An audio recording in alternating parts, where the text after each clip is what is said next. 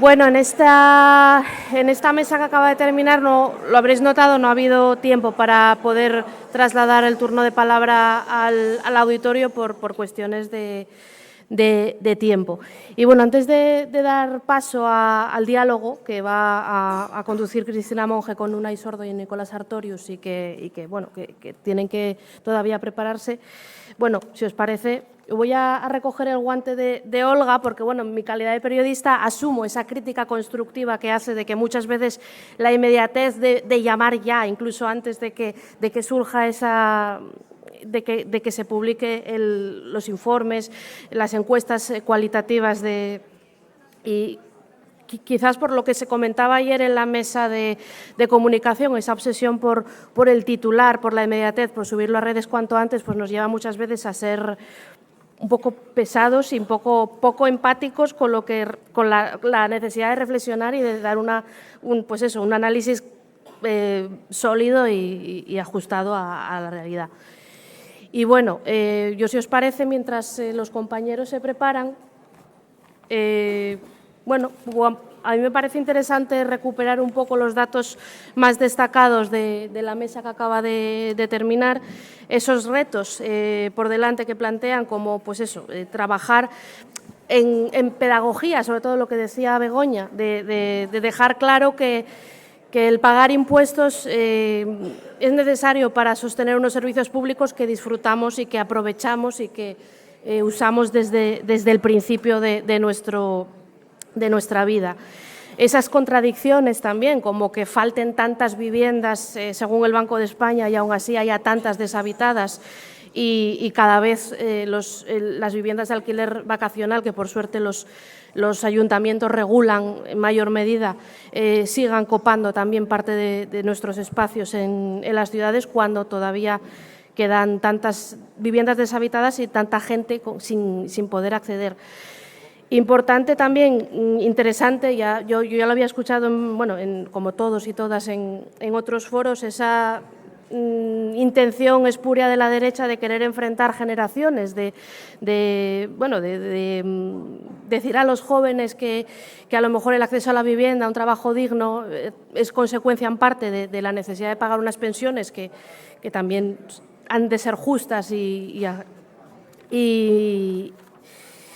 qué más asuntos importantes e interesantes, la cohesión social y que la pobreza es un fenómeno estructural, que el crecimiento en sí mismo no distribuye la pobreza. Yo creo que es un titular, por volver un poco a la obsesión de los periodistas por los titulares, pero para mí sería un titular. O sea, que el crecimiento, si no es horizontal, no es crecimiento. Y si no llega a todas las capas de la sociedad. Y datos importantes también de los que habló Ernesto, de ese informe de Oxfam que conoceremos, no sé si dijo dentro de unos días, de que casi el 80% de las personas a las que han encuestado dicen que vivimos en un país desigual, que el 30% tiene dificultades para poder llegar a fin de mes. Esos datos a los que seguramente, antes de que se te publique, Ernesto, seguramente ya te llame algún periodista para pedirte antes de que... Incluso seguramente lean el resumen o leamos el resumen y ya te pidan. Pero bueno, yo lo vivo a día en la redacción. No sé si Bárbara sigue por aquí, porque yo trabajo con ella, pero no lo digo como crítica, sino que muchas veces estamos obsesionados con la inmediatez y cada vez caminamos hacia un periodismo menos reflexivo, y yo creo que es algo en lo que deberíamos pararnos a pensar de forma autocrítica, al hilo de lo que comentaba Olga. También comentaba Carlos ese aumento no sé si me puedo seguir enrollando. Los 15.000 millones de euros en programas de armamento que se han invertido en los últimos años también, en contraprestación con esa cultura de la paz que aquí estamos, que ilustra en el subtítulo de este congreso. Pero, por contra, también logros como a los que ha hecho referencia Carlos, de la subida progresiva del salario mínimo interprofesional, más del 50% desde 2018, queda todavía mucho camino por andar, retos como esa prestación universal a la infancia, en la que parece que todavía no hay consenso en el seno del Gobierno de coalición, pero como bueno, que sea eso o sea otra herramienta, pues seguramente logren alcanzar un consenso. Bueno, pues ya están los compañeros Cristina, Unai y Nicolás, así que nada, os dejo. Gracias.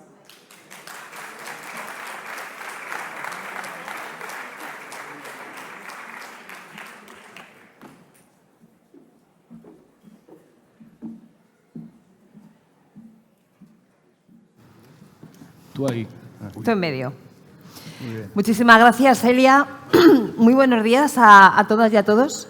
Perdonad si me sale algún gallo, pero esto del otoño y de hablar tanto es lo que tiene. Bueno, un placer estar aquí. Gracias a la Fundación 1 de Mayo por invitarme perdón, a compartir un ratito de reflexión. ¿Qué pasa, Nicolás? Te da el foco directamente. No sé si podemos solucionar eso de alguna manera. Seguro que los compañeros de la luz pueden hacerlo. Decía, sí, gracias, que un placer el compartir este rato, esta mañana, para reflexionar sobre una tríada, que yo creo que puede ser una tríada que nos dé pistas para afrontar el presente y el futuro. Vamos a hablar con Unai Sordo, secretario general de Comisiones Obreras, con Nicolás Sartorius, abogado, político, periodista, conocido y querido por todos. Vamos a hablar de cómo el sindicalismo ha afrontado en la historia y afronta hoy y puede afrontar en el futuro dos elementos que los europeos y las europeas, ingenuos e ingenuas, pensábamos superados. Cuando Putin invade Ucrania, yo creo que de repente nos quedamos todos con una sensación de asombro, dándonos cuenta como un elemento que pensábamos que iba a estar ya fuera de nuestras vidas, por lo menos en territorio europeo, de repente irrumpía con esa rotundidad que lo hacen las guerras. Durante décadas pensábamos que esto ya estaba absolutamente fuera de lo posible, porque incluso tuvimos en algún momento, o tuvieron algunos, ¿no?, esa tentación, a veces conseguida, de considerar que la guerra de los Balcanes había sido una guerra civil. Y por lo tanto hacía décadas que Europa no era consciente de lo que la guerra significaba. Empezaron a salir entonces libros. Yo recuerdo un libro que a mí me impresionó mucho, de Margaret Macmillan, una historiadora británica, que se llamaba La guerra, que efectivamente ponían de manifiesto cómo durante décadas habíamos creado ese espejismo, el espejismo de pensar que la guerra ya no formaba parte de nuestro día a día, que ya éramos generaciones que no íbamos a vivir un conflicto armado, y de repente veíamos cómo la guerra volvía a ser, como dicen los historiadores, la partera de la historia. No sé si los europeos y las europeas somos conscientes todavía de lo que eso ha significado y significa, ¿no? Como proyecto europeo nos obligó de la noche a la mañana a ponernos frente al espejo de nuestras contradicciones. De repente descubrimos que buena parte de nuestro estado del bienestar y de nuestra calidad de vida venía dada por algo tan delicado y tan peligroso como es depender de las energías fósiles de un Estado con el que no tienes unas alianzas de verdad, en este caso con el gas barato ruso, que fue uno de los vectores de desarrollo y de crecimiento no solamente de Alemania y de Europa Central, como se ha venido diciendo, sino de buena parte del modelo energético europeo. De repente vimos que esas políticas de alianzas que Merkel había planteado, ¿no?, aludiendo a ese soft power, a ese poder blando que tiene que ver con lo comercial como manera de asegurar que la guerra estaba descartada, de repente vimos cómo todo eso saltaba por los aires. Y mientras todo esto pasaba, constatábamos cómo esa otra palabra que tenemos hoy aquí, el autoritarismo, iba creciendo no solamente en unos Estados Unidos que ya sabíamos que eran complejos, que tenían mecánicas sociales muy complicadas y en parte diferentes a las nuestras, ¿no?, y nos asombrábamos con lo que Trump podía llegar a hacer, sino que estábamos comprobando también cómo el autoritarismo crecía entre los países europeos. Habría mucho que hablar y a mí no me da tiempo ni es este el lugar ahora para pensar qué ha pasado allí, ¿no?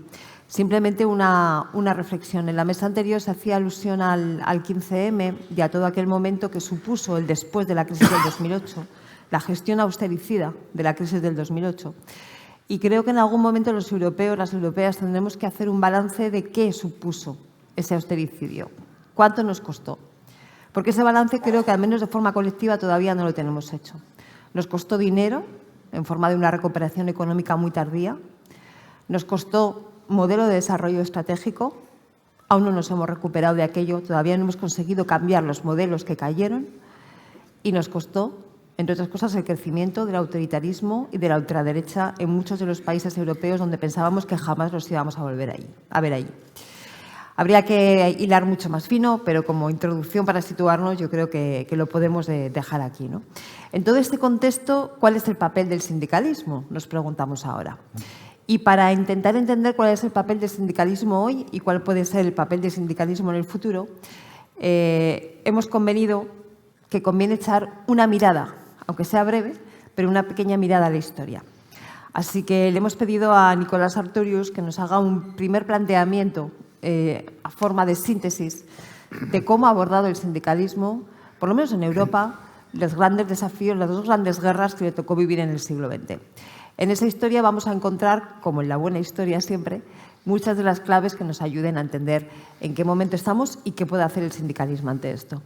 Nicolás, tu visión de la historia, de esa relación entre sindicalismo y guerra. Muy bien, pues muchas gracias y me congratulo y os agradezco que me hayáis invitado a este acto tan importante, ¿no? Yo voy a ir al grano desde el primer momento, ¿no? El sindicalismo dice ante el autoritarismo y la guerra.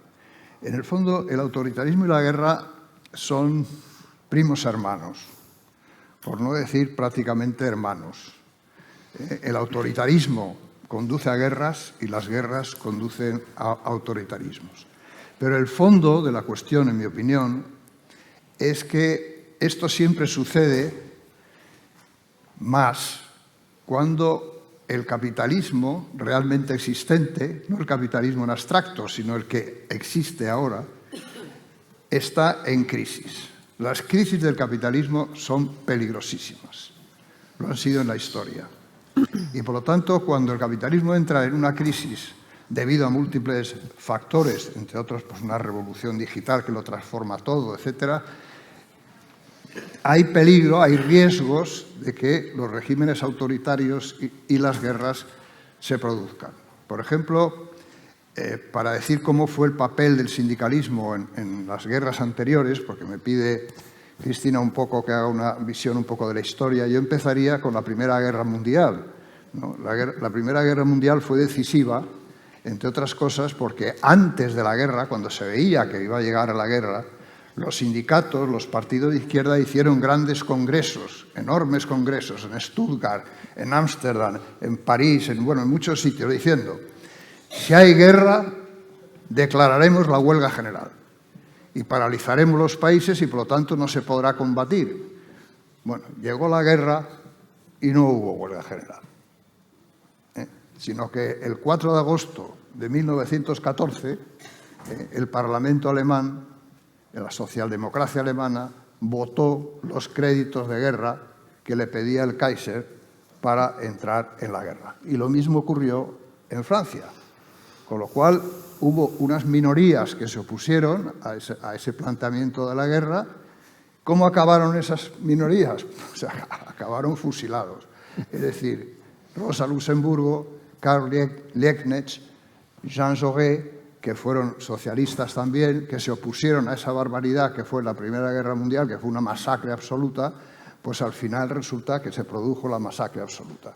Y las burguesías respectivas y los capitalismos respectivos consiguieron que las grandes masas desfilaran por París, por Berlín, por todas partes, cantando el himno nacional de cada país y les llevaron a esa enorme masacre. Esa es una lección que yo creo que no hay que olvidar. Y hay un libro maravilloso ahora que se ha publicado sobre por qué fracasó la República de Weimar, que nos da cantidad de lecciones respecto a la actualidad, aunque no sea la misma situación, evidentemente, sino que es muy diferente, ¿no? Pero quiero decir que, ¿por qué se produce esa situación? Pues a partir de entonces la izquierda se divide.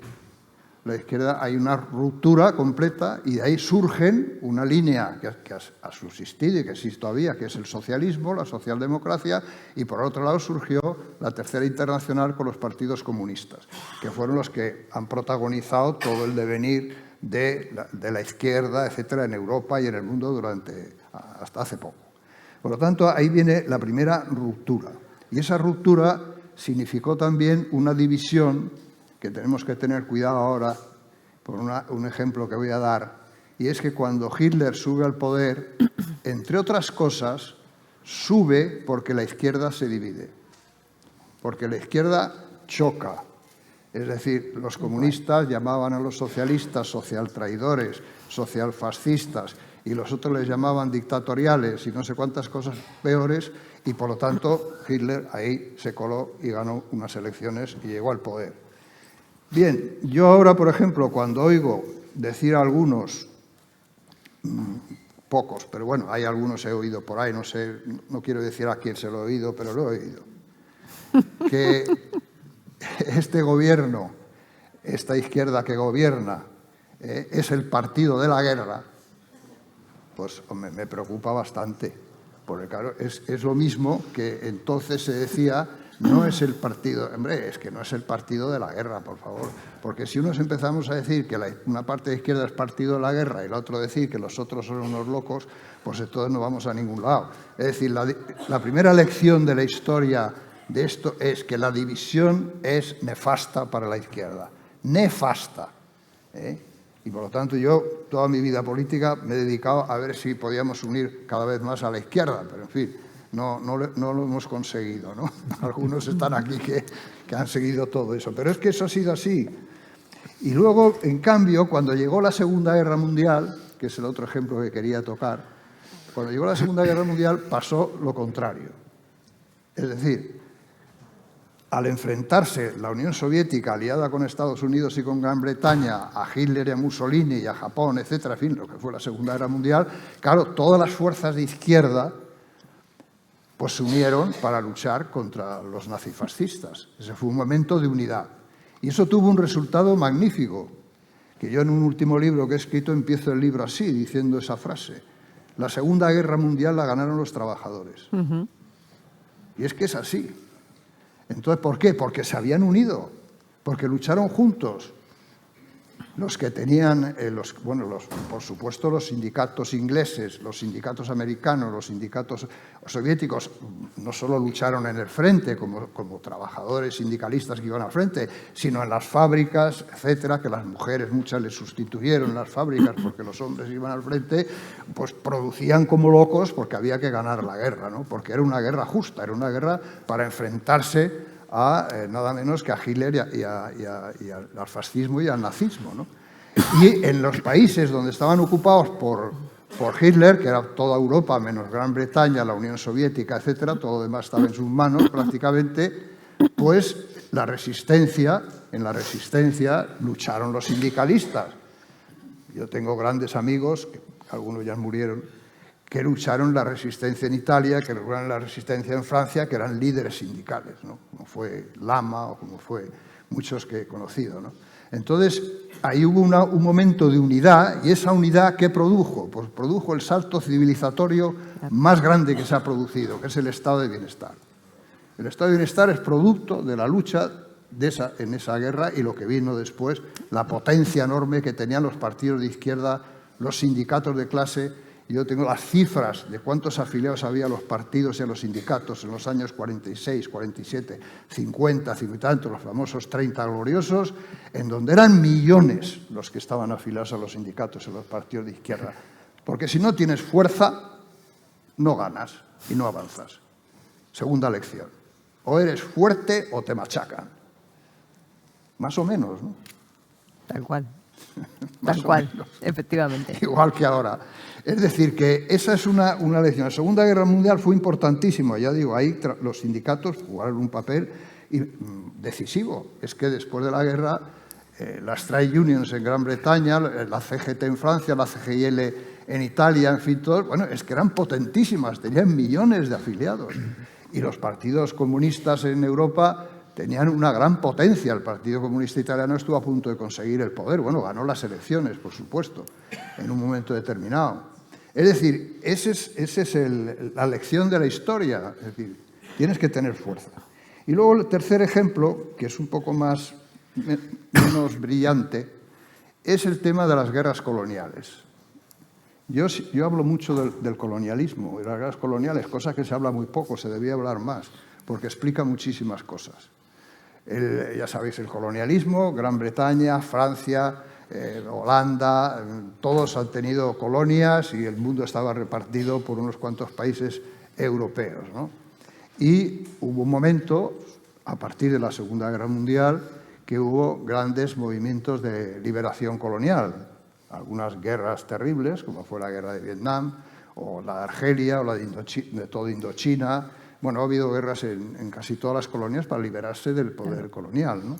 Bueno, y ahí, ¿qué papel jugó el sindicalismo? Pues si te lo estudias detenidamente, debo decir que no muy brillante. Debo reconocer que no muy brillante.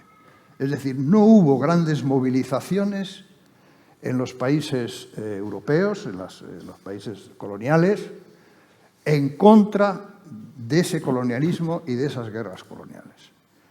Hubo manifestaciones, por ejemplo, en Francia, de la CGT, cuando la guerra de Argelia, pero manifestaciones. Ahora, no paralizaron el país en contra de la masacre que se estaba haciendo en esos países. O en Gran Bretaña todavía menos. Las trade unions, bueno, dijeron que sí, que había que dar la independencia a la India, que había que dar la independencia a Birmania, que había que dar la independencia a una serie de países, pero no paralizaron el país para conseguir que eso se hiciera, sino que, bueno, era un poco lo que yo llamo a veces la política de las declaraciones. Sí, bueno, declaraciones valen para todo, ¿no? Pero el problema no es declarar cosas, el problema es ir a la calle e imponerlo. Entonces, ahí no hubo un momento de gran, digamos, de gran movilización, sino que, bueno, hubo declaraciones, hubo manifestaciones, hubo oposición, pero no hubo la fuerza suficiente como para forzar a las capitales, a los gobiernos colonialistas, imperialistas, a dejar de dominar esos países. Eso no se logró. Y entre otras cosas también porque había una cierta, o yo ya no una cierta, una bastante división. Había una bastante división en la izquierda entre el sector comunista y el sector socialista, que con la Guerra Fría, ya sabéis, que unos iban por un lado y otros por otro, crearon sus sindicatos, etc. Hubo una excepción que quiero señalar porque es muy importante, y es la excepción de España. Es decir, el Partido Socialista Obrero Español de entonces, antes de crearse el Partido Comunista, que dirigía un señor que se llamaba Pablo Iglesias, no el de ahora, me refiero al de entonces, el Pablo Iglesias, pues Pablo Iglesias se opuso tajantemente a la guerra de Marruecos, y no solo se opuso a la guerra de Marruecos, sino que movilizó a la gente en huelgas, manifestaciones en contra de la guerra de Marruecos, que entre otras cosas dio lugar, alrededor de eso, a la famosa Semana Trágica de Barcelona, ¿no? Para oponerse a que los soldados fueran al frente. O sea, grandes manifestaciones de mujeres, etcétera, y de trabajadores. Es decir, que hubo una oposición tajante en ese momento por parte del socialismo español. Bueno, este es un cuadro un poco del papel del sindicalismo en la Primera Guerra, en la Segunda Guerra, en las guerras coloniales, que nos da muchas lecciones. Y es que para parar la guerra, sobre todo las guerras injustas, porque yo le decía el otro día a Cristina que la guerra, claro, siempre es horrible, entre otras cosas porque es que los padres entierren a los hijos, en vez de al revés, ¿no? Es decir, que es un horror la guerra, pero hay veces que no es una elección. No sé si me explico. No es una elección, no es una opción que puedes tomarla o dejarla, no. Es que te la imponen. Porque claro, ¿qué hubiera pasado si en la Segunda Guerra Mundial se hubiera continuado con la política del señor Chamberlain? ¿no? El apaciguamiento, que se llamaba, el appeasement, el apaciguamiento. Bueno, pues todos estaríamos desfilando el paso de la oca todavía, ¿no? Es decir, que hubo que enfrentarse a Hitler y hubo que derrotar a Hitler y eso costó 30 millones de muertos. Bueno, pero eso fue... ¿Qué podíamos hacer? ¿No luchar contra Hitler? Por eso cuando yo tengo algún amigo que me dice, no, Nicolás, la guerra nunca. Bueno, yo le digo, mira, yo soy pacífico, soy muy pacífico, pero no pacifista. Lo siento. Es decir, si me pegan, pego. Anthony Beevor... Es decir, que ese es un poco el resumen del asunto. Gracias, Nicolás.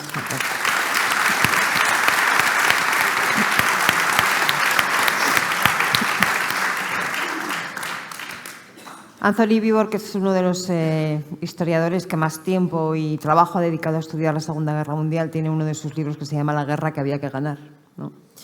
Y yo creo que eso es algo que a las generaciones que afortunadamente ya hemos nacido y hemos vivido siempre en paz nos impresiona, porque efectivamente las tradiciones de la izquierda son tradiciones que a día de hoy viven mucho de fuentes pacifistas, pero que de repente tienes que enfrentarte a este tipo de contradicciones, ¿no? Y hay que ver cómo se resuelven esas contradicciones. Y ahí es importante la posición que tomen entidades de la sociedad civil y, en especial, lo que tiene que ver con los sindicatos. Hemos estado viendo en los últimos años, décadas, la guerra de Irak, que políticamente fue muy relevante en este país, tanto por la posición del gobierno como por la reacción que generó. Recientemente las movilizaciones en Gaza, respecto a Gaza, y un montón de conflictos olvidados que de vez en cuando alguien publica algún artículo en algún sitio y dice y acordaos de Sudán, y acordaos de no sé qué, pero que efectivamente están fuera de nuestro día a día, de nuestro debate público y de nuestra conversación pública.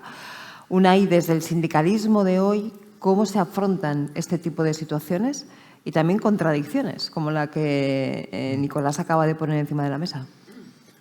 Bueno, pues buenos días a todos y a todas, y lo primero agradecer una vez más a la Fundación 1 de Mayo la organización de este congreso y en este caso a las comisiones obreras de Asturias por el trabajo para dar un poco cuerpo a todas estas jornadas que yo creo que son del máximo interés y desgraciadamente de la máxima vigencia y de la máxima actualidad, ¿no?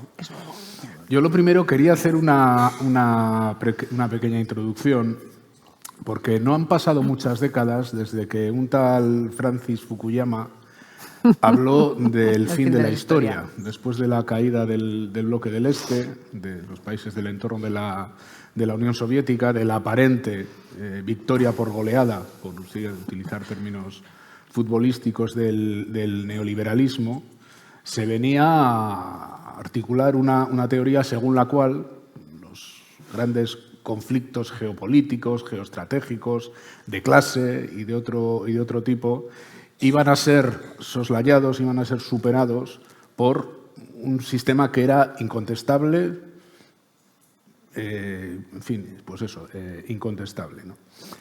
Y no ha pasado mucho tiempo, ni una generación, cuando ese diagnóstico se está viendo permanentemente superado precisamente por todo lo contrario, ¿no? Por la sensación de que tenemos dificultades incluso para interpretar con mediano atino qué es lo que está ocurriendo en nuestro entorno, ¿no?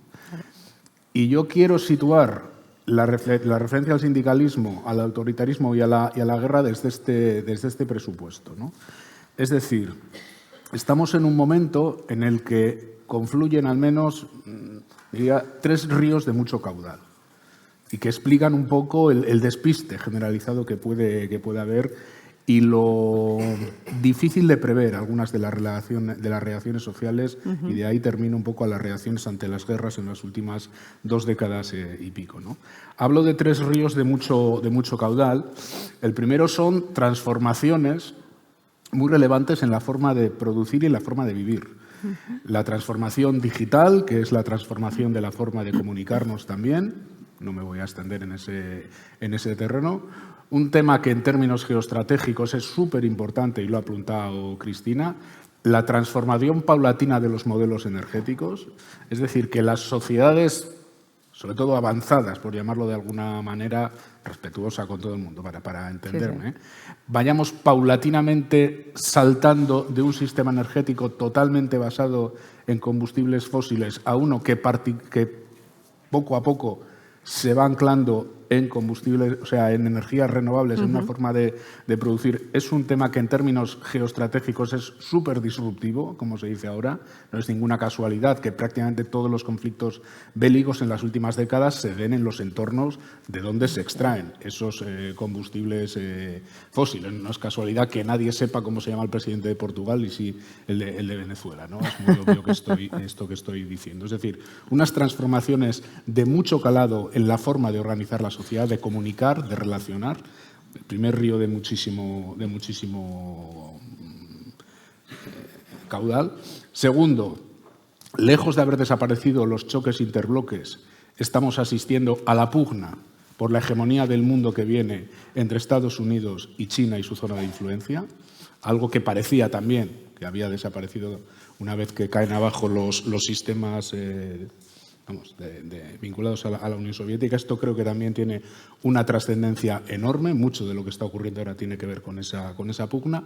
Y un tercer río de caudal amplio que también apuntaba Cristina, que son las secuelas de las políticas de austeridad realizadas hace una serie de años, del orden de 12, 15 años, que tuvieron, como bien apuntabas, efectos económicos, efectos de, en fin, pues lo que conocimos de incremento de la desigualdad, algo que a mí me parece muy relevante, efectos en la pérdida de expectativas de vida de mayorías sociales. Total. Porque a veces, lo decían antes los compañeros cuando analizaban esto de que hay que analizar la economía, los datos, evaluar las políticas públicas, yo creo que las estadísticas no lo explican todo.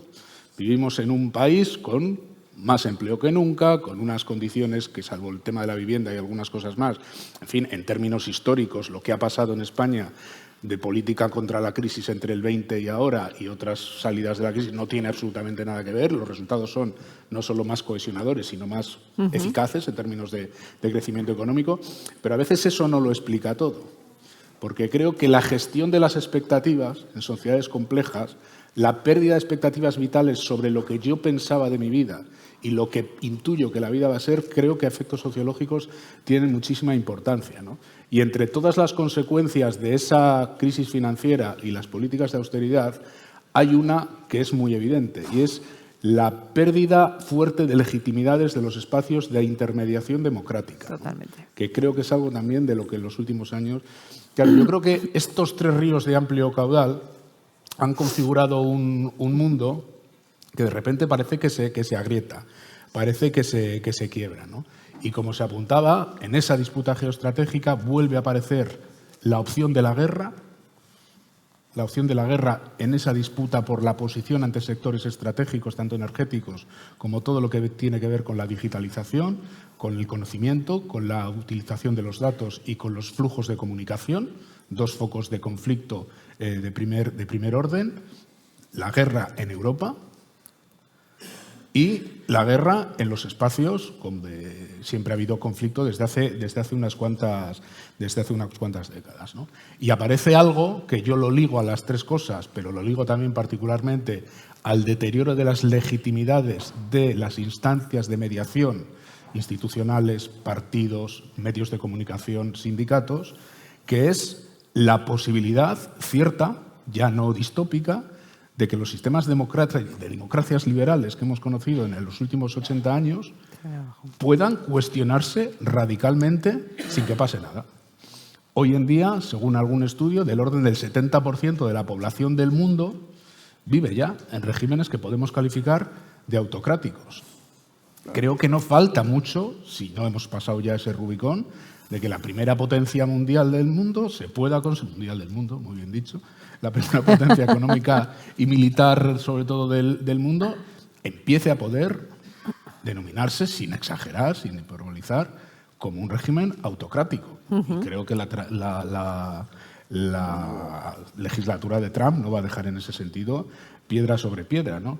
Es decir, todas las grandes áreas geoestratégicas del mundo, salvo Europa con su excepcionalidad, en la que ahora haré una referencia, pueden estar dominadas por regímenes que difícilmente se pueden considerar democracias plenas, democracias liberales, al modo que hace apenas 20, 25 años las concebíamos, ¿no? Claro, en ese conflicto, en esa situación, mejor dicho, la gestión de los conflictos rompiendo los espacios de multilateralidad, de democracia representativa, de civilización, está servido.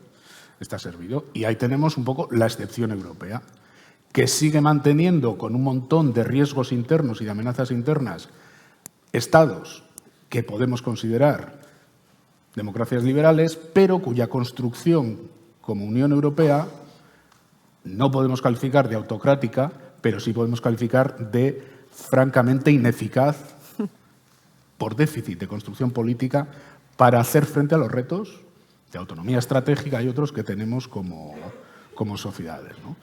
Y yo creo que en esa estamos. Y ahí aparecen los elementos de respuesta al conflicto, a la guerra y al autoritarismo. Y ahí yo quiero poner una cuestión en referencia. Yo empecé a militar en el sindicato, en la Secretaría de Juventud, precisamente con la guerra de Irak. Yo recuerdo, aquí compañero, el día que bajábamos un mes de marzo a una manifestación ¿En Bilbao? En Bilbao, que habíamos organizado 4 pelaos. Yo bajaba de mi barrio, de Uribarri, a la manifestación. Y yo digo, aquí hoy va a pasar algo muy gordo. Porque bajaba la gente, está aquí Manuel también, por el Puente de la Salve, gente mayor, gente de la que nunca ves en las manifestaciones. Y aquella manifestación fue absolutamente apoteósica. Apoteósica. Y no porque hubiéramos estado todos los sindicatos y todo esto, que también, sino porque de repente se despertó una ola de impugnación que oponerse al gobierno de Aznar solo explica en parte, sino porque la sociedad civil intuyó que allí a veces estaba mascando un engaño masivo que nos iba a llevar a cometer una atrocidad cuyas consecuencias nadie veía en la tele, porque no había empezado y porque realmente no se cotejaba, ¿no? Visualmente, no había visto muertos ni gente enterrada todavía en la arena de Irak, ¿no? Y en cambio, apenas 20 y pocos años después, ante una masacre absolutamente bestial, no solo injusta, prácticamente retransmitida en alguna medida, porque es verdad que ha habido un proceso de expulsión de los periodistas precisamente para que no se informara, pero hoy en día es casi imposible contener la información visual, ¿no? Ha habido una respuesta social que yo creo que en España hay que valorar, pero estamos en casa, manifiestamente distinta y sobre todo muy tardía respecto a lo que ocurrió en la guerra de Irak, porque es que esto lleva 2 años y ha empezado a haber movilizaciones de cierto calado y en una parte de Europa, en este caso, hace apenas unos días y con un chispazo que casi fue la irrupción, perdonad, es decir, este es de Bilbao hasta la médula, en la Vuelta a España cuando la gente salta para en Bilbao interrumpir y se genera una demanda social, una impugnación social de cierto calado, pero que a mí me ha hecho reflexionar bastante, ¿no? Incluso luego va a estar aquí el embajador de Palestina, hace ya tiempo, más de un año que estuve en la embajada, y decía, yo estoy sorprendido de que no haya una respuesta mucho más contundente de la sociedad a la barbaridad que se está cometiendo un poco a colación de los atentados y la otra barbarie del 7 de octubre, ¿no? Entonces, a mí esto es algo que lo quería apuntar porque creo que algo se ha movido en la sociedad para asumir con una tolerancia moralmente rechazable barbaridades como estas, no porque en una encuesta no digas que estás en contra, sino porque la causa-efecto es más difícil de entender, ¿no? Y ahí, ¿cómo nos hemos movido los sindicatos? Pues lo voy a decir por derecho. Los sindicatos somos parte consustancial de la sociedad europea, de cómo se configura institucionalmente Europa y, por tanto, adolecemos o tenemos los problemas de cohesión y de coherencia interna que tienen los propios países europeos. Claro. De manera que somos capaces de configurar una posición sindical relativamente coherente, al momento, sí, acabo, pero tenemos más que matices a la hora de abordar una cuestión como esta. Y, por tanto, las movilizaciones, que en mi opinión tenían que haber sido de dimensión europea, por cuestiones evidentes del sindicalismo europeo, pues no han aparecido con la contundencia ni sin la contundencia necesaria.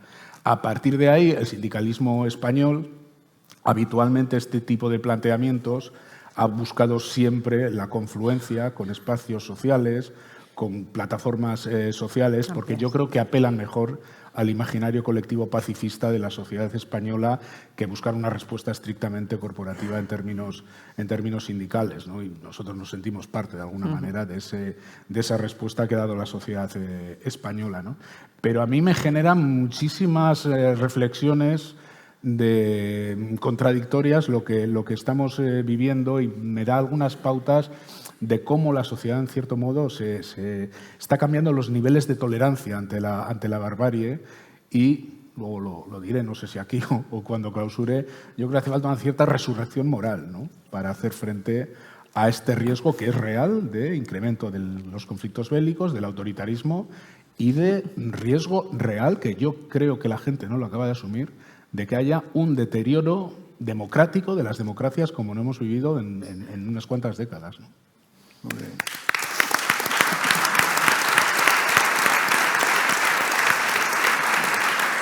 Bueno.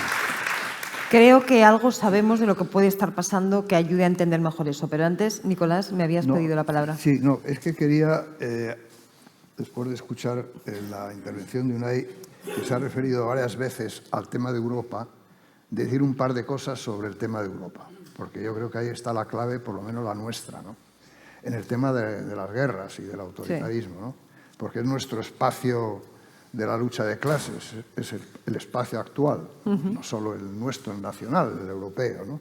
Y ahí hay una cuestión última que se ha planteado, que sería bueno tenerla en cuenta porque es un antecedente de lo que pueden ser las guerras, ¿no?, que es toda la cuestión del rearme.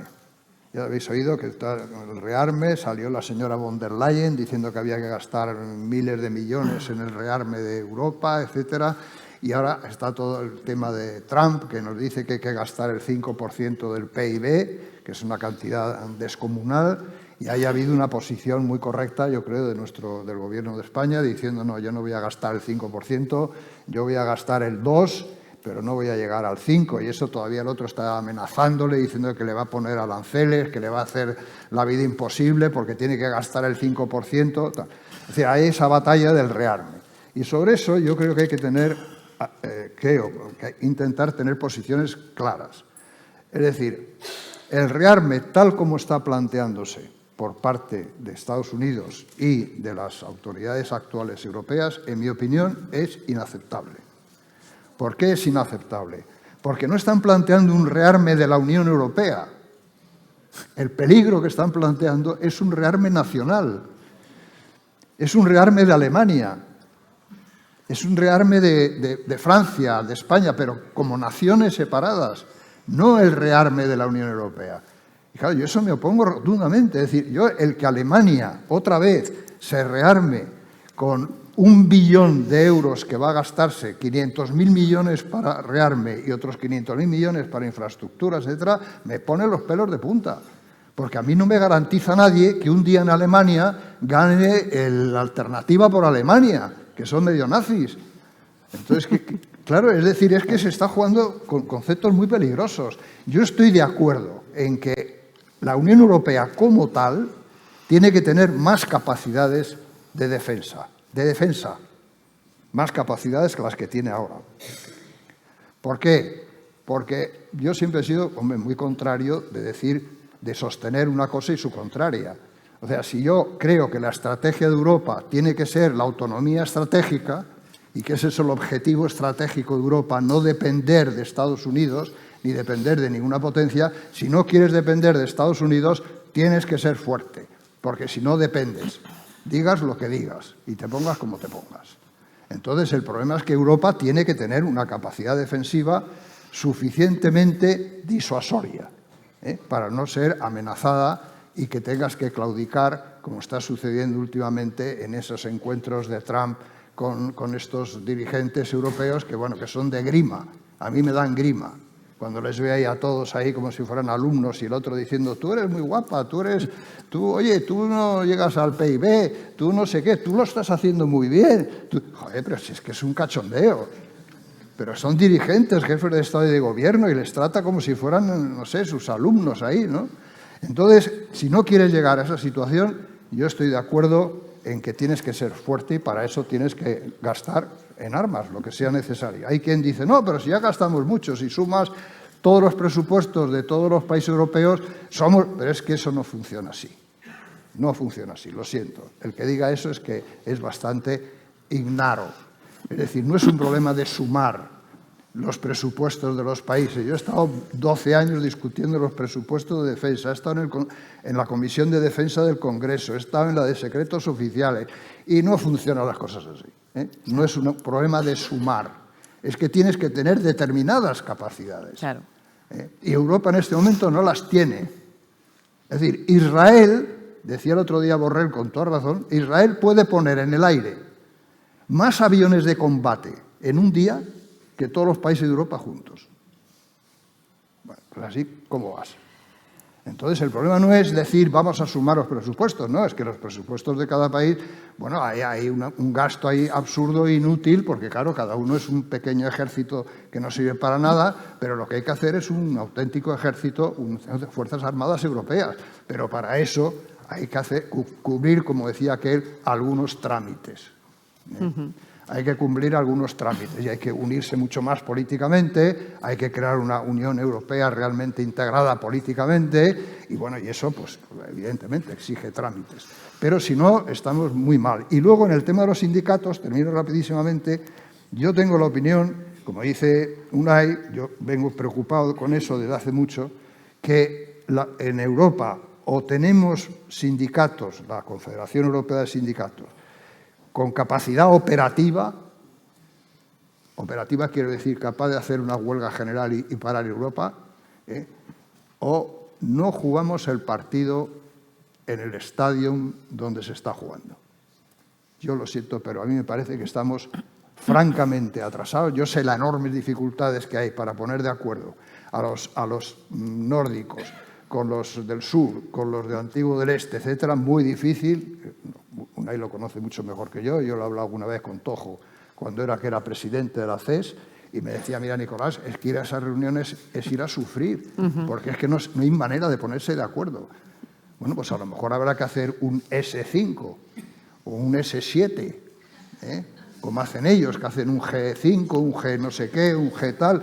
Claro, porque si intentas poner de acuerdo a los 27 con todos los sindicatos que hay, yo te digo que no los vas a poner de acuerdo en la puñetera vida. Y por lo tanto tienes que tener, porque los conflictos que vamos a tener en el futuro, compañeras y compañeros, no van a ser de España contra un país, y nosotros, va a ser Europa, son conflictos europeos lo que vamos a tener, ya tenemos uno en Ucrania, pero son conflictos europeos. Yo no me imagino con Portugal ni con Francia, teniendo guerras como las hemos tenido en el pasado. La única cosa que podíamos tener es ahí con Marruecos, pero tampoco. Entonces, el problema es pensar en términos europeos.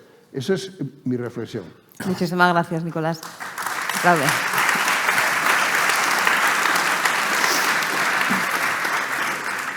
Las dificultades que la sociedad civil en su conjunto y las organizaciones sociales y los sindicatos han tenido a lo largo de las últimas décadas para actuar en la esfera global, ya no europea, sino global, como con una voz más o menos común, es también parte de la explicación del modelo de globalización que hemos acabado teniendo.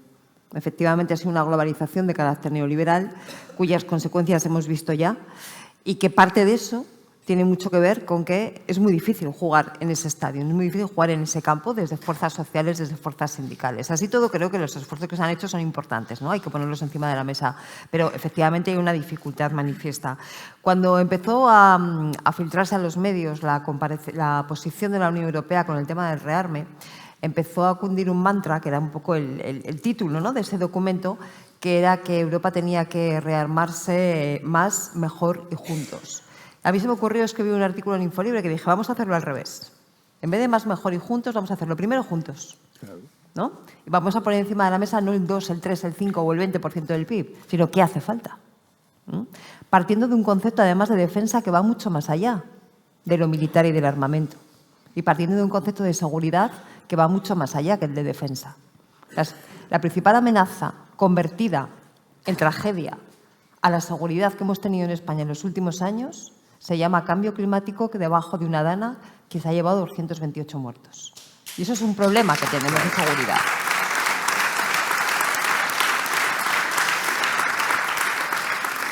Junto a esa seguridad, efectivamente, tenemos que abordar el debate de la defensa. Y podemos hacerlo juntos, como los europeos. Si lo hacemos juntos, es muy probable que lo hagamos mejor, porque pondremos en común capacidades. Eso seguro. Claro. Y si hubiera que hacer más, ya veremos a ver cómo y cuándo, ¿no? Desde luego no para que acabe siendo gran negocio de Donald Trump, acabando comprándole las armas a Estados Unidos, que sería ya lo último que nos faltaba. Decía Unai, ¿qué está pasando en esta sociedad que hace un par de décadas salíamos a la calle indignados con el tema de Irak? Tampoco hemos salido, Unai, ante la invasión de Putin de Ucrania. O no hemos salido de una forma clara, no ha habido una movilización masiva en España, estoy hablando ahora, en otros países de la Unión Europea sí. Y efectivamente la reacción a Gaza le ha costado, ¿no? Al final pues ha surgido un chispazo, pero le ha costado. Y quiero conectar esto con algo que también decía antes Unai y que se comentaba también en la mesa anterior. Y es algo que sabemos, tenemos bastante estudiado y bastante medido. Las democracias necesitan esperanza. Las democracias necesitan un futuro. Y de un tiempo a esta parte nos hemos cargado la idea de futuro, la hemos aniquilado. El futuro es un sitio horrible al que nadie quiere ir. Nuestros puestos de trabajo van a estar sustituidos por algoritmos. Nos moveremos en un entorno de inteligencia artificial que nos da mucho miedo, decía en la mesa anterior, ya no sabemos una noticia cuando la vemos si es, no es, si una imagen es cierta, no es cierta, efectivamente, no lo sabemos.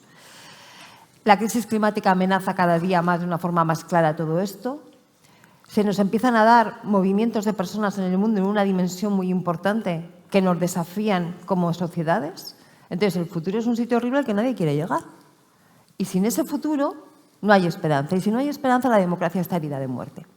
Cuando vemos a los jóvenes y les preguntamos a los jóvenes, sobre todo a los jóvenes, pero sobre todo a los jóvenes, efectivamente el futuro es un sitio tenebroso, además no tienen referentes para ir, y la tentación más clara para ellos es sentirse seguros cuando escuchan a aquellos que les proponen volver al pasado. Y esto lo estamos viendo de forma muy clara con los chicos jóvenes. Un varón joven que a día de hoy carece muchas veces de referentes de cómo tiene que construir su masculinidad y cómo tiene que plantear sus relaciones sociales, donde de repente ve que hay cosas que no tiene del todo claras, que le están diciendo que ahora ya no tiene todo el poder él, sino que las mujeres está viendo, y lo está viendo además, porque lo está viendo en su clase, lo está viendo con sus compañeros de colegio, de trabajo, de lo que sea, cómo las mujeres van avanzando y se siente desafiado.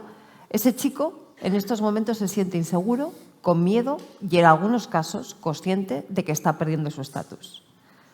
Cuando ese joven escucha a alguien que le dice déjate de tontadas, no hagas caso, familia tradicional, de repente se siente reconfortado, ya sabe lo que hay que hacer, ya sabe lo que se espera de él y además sabe que va a mantener su estatus y sus privilegios de poder.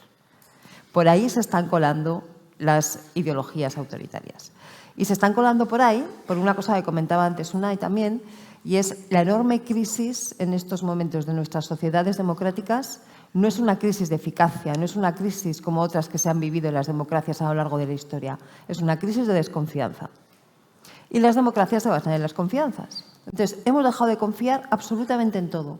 No solamente en las instituciones políticas, que por supuesto. Hemos dejado de confiar en los medios de comunicación, lo decía antes ella.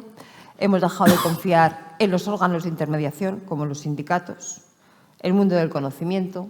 Ahora cuando dicen es que este es un experto parece que es un insulto, ¿no? O sea, es una forma de desacreditar. En el mundo de las organizaciones de la sociedad civil, etcétera, etcétera, etcétera. Por lo tanto, o reconstruimos confianza entre todos, o habrá otros entes, que no sé cómo serán, que conseguirán generar para ellos esa confianza que le da la ciudadanía cada vez que, por ejemplo, se cree un vídeo, una imagen, un meme hecho con inteligencia artificial mediante unos medios que no están acreditados de ninguna forma, hecho por unas personas ajenas a cualquier código deontológico del buen periodismo, pero que, sin embargo, en ocasiones resulta que reciben más dosis de confianza que aquellos que sí que están planteando unas metodologías, unos procedimientos adecuados para descubrir qué está pasando en la sociedad. Por lo tanto, una crisis de confianza por la que se cuelan esos autoritarismos y que, en definitiva, es la que nos está desafiando. Y, efectivamente, yo también creo que las democracias hoy están más heridas de lo que muchas veces nos pensamos. Y estamos viendo cómo cuando se le hace a la gente, sobre todo a los jóvenes nuevamente, esas famosas preguntas de si tienes que elegir entre una sociedad democrática o tener garantizado tu estatus económico, ¿qué prefieres?, pues estamos viendo cómo en torno al 25-30% de ellos eligen lo segundo. Es mentira que los jóvenes sean unos fascistas, es mentira. Estamos hablando de un 20, 25, 30% de la población. El otro 70%, por cierto, son los jóvenes mejor formados, más feministas y más ecologistas y más pacifistas de nuestra historia. No nos olvidemos de eso, ¿eh? No nos olvidemos, que nos solemos olvidar.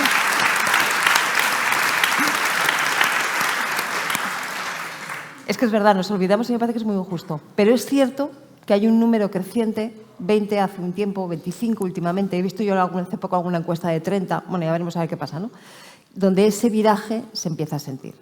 Entonces, quizá también sea cuestión de fortalecer, reforzar y poner de manifiesto la fortaleza de ese otro 70% para precisamente combatir lo que ese 20, 25, 30% está desafiando. Me dicen que tenemos tiempo para un par de preguntitas todavía del público. ¿Dos? Venga. Pues veo una mano allá al fondo y no sé, desde aquí no se ve muy bien, o sea que igual desde ahí veis mejor.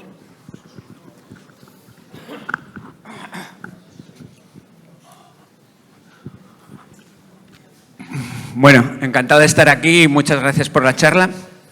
Me ha gustado mucho. Y Nicolás, decías que no vamos a tener conflicto con Marruecos.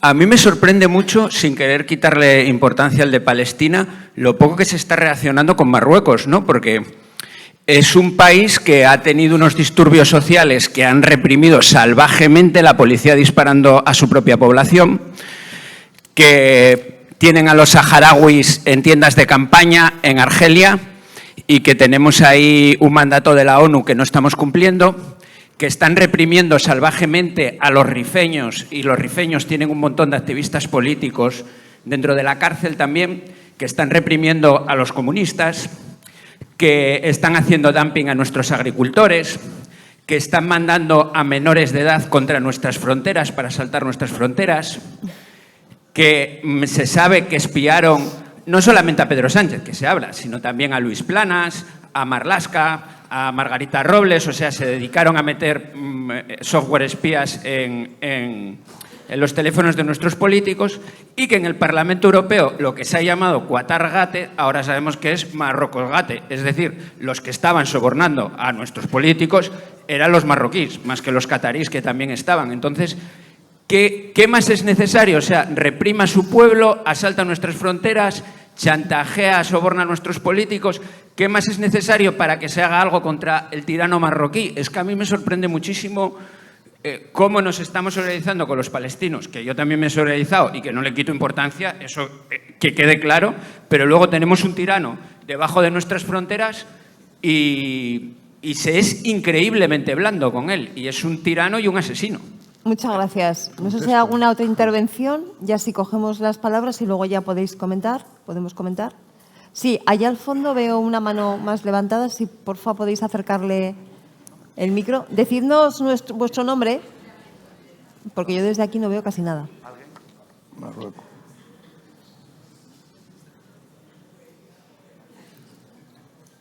Sí, al fondo a la izquierda había una mano levantada.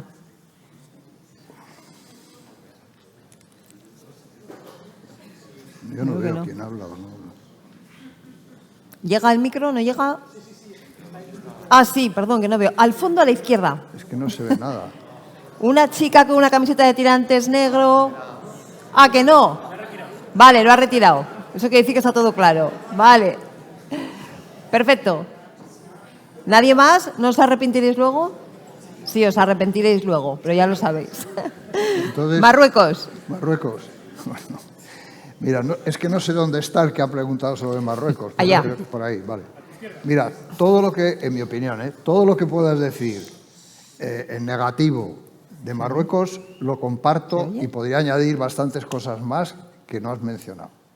Por lo tanto, eso que quede claro. Yo lo que he dicho es que España como país no creo que vaya a tener una guerra con Marruecos, una guerra. No digo que no tenga que intervenir de otras maneras para todas esas cosas que has planteado correctamente, pero creo que habría que evitar, evidentemente, porque no creo que estés planteando que España ataque a Marruecos o que invada Marruecos, ¿no? Bueno, por lo tanto, me he referido al tema guerra, no me he referido al tema de qué hacer para, digamos, paliar dentro de la Unión Europea, porque si lo hace sola España no va a tener mucha eficacia, pues para cambiar ese régimen espantoso que hay en Marruecos, que yo conozco y que comparto. Por lo tanto, no es cuestión de... Pero no creo que hoy nadie se plantee, por lo menos ofensivamente, porque claro, yo en las conversaciones que he conocido de cosas reservadas sobre el tema de Marruecos, es que tenemos un riesgo nosotros de que un día haya un régimen que te asalte Ceuta y Melilla, por ejemplo,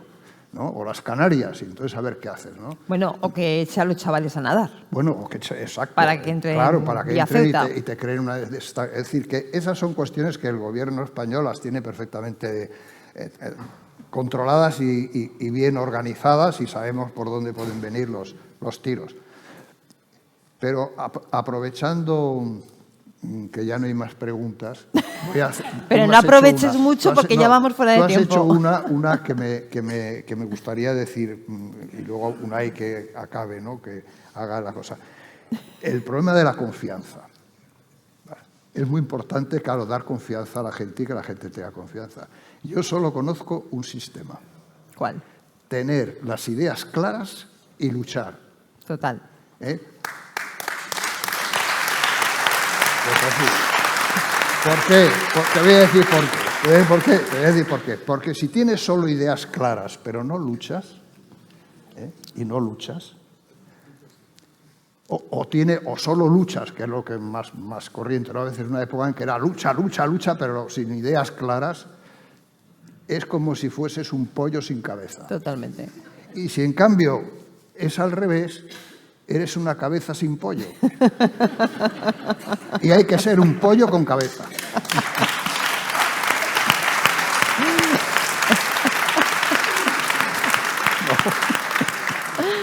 Unai, tu propuesta para crear, recuperar, construir confianza, no sé cómo llamarlo, y con eso ya... No voy a consumir mucho tiempo para dejarle a Imanol, porque luego yo además clausuro, pero yo estoy de acuerdo que el tema de la confianza es clave. Y no es ninguna casualidad que prácticamente todas las formas comunicativas de los nuevos movimientos reaccionarios se caracterizan por eso, por pretender laminar la confianza no solo en las instituciones, en las personas, en el distinto, y yo creo que hay que reconstruir esos lazos, pero luego lo trataré. Dejadme a mí decir tres cosas muy, muy breves. Primero, tener confianza no quiere decir depositar una acción de fe. Tú puedes confiar en alguien y ser crítico con ese alguien. Es más, yo para confiar generalmente necesito ser crítica. Yo confío en Comisiones Obreras, soy afiliada además. Y puedo ser crítica con cosas que haga Comisiones Obreras, faltaría más, ¿no? Por lo tanto, confiar no quiere decir no ser crítico, para nada. Primera cuestión. Segunda cuestión. Muchas veces estamos todavía viviendo las consecuencias. ¿Os acordáis de Margaret Thatcher y Reagan? Y aquel famoso TINA, el There is not alternative, no hay alternativa, ¿no? La inevitabilidad de todo, no hay otra alternativa. Las cosas solamente pueden ser de una manera que es como yo digo. Bueno, pues aunque hace mucho que en la literatura vemos que no se escribe en esos términos, esa idea ha calado profundamente. Ese fue un regalo envenenado que nos dejó el neoliberalismo. Y hemos llegado a creernos que efectivamente no hay otra alternativa a las cosas. Las cosas solamente pueden ser de una manera y que son inevitables. Y eso no es cierto. Porque, y esta es la tercera y última reflexión que quiero dejar, el futuro no está escrito. Y dicen aquello de que la mejor forma de predecir el futuro es crearlo. ¿Y quién y cómo lo creamos? Pues gente como nosotros y nosotras aquí y en este tipo de espacios. Por lo tanto, en esa versión de la lucha que decía Nicolás, donde el pollo con cabeza, efectivamente que no nos creamos que las cosas están dadas, el futuro está escrito y todo es inevitable. Lo estamos creando en cada momento, en cada sección de una universidad, en cada delegación sindical, en cada reunión de una comunidad de vecinos, ahí se está creando ese futuro. Por lo tanto, que no nos hagan creer que efectivamente el autoritarismo y la guerra llegan aquí para quedarse ante nuestra pasividad. dependerá de lo que entre todos y todas seamos capaces. Muchas gracias.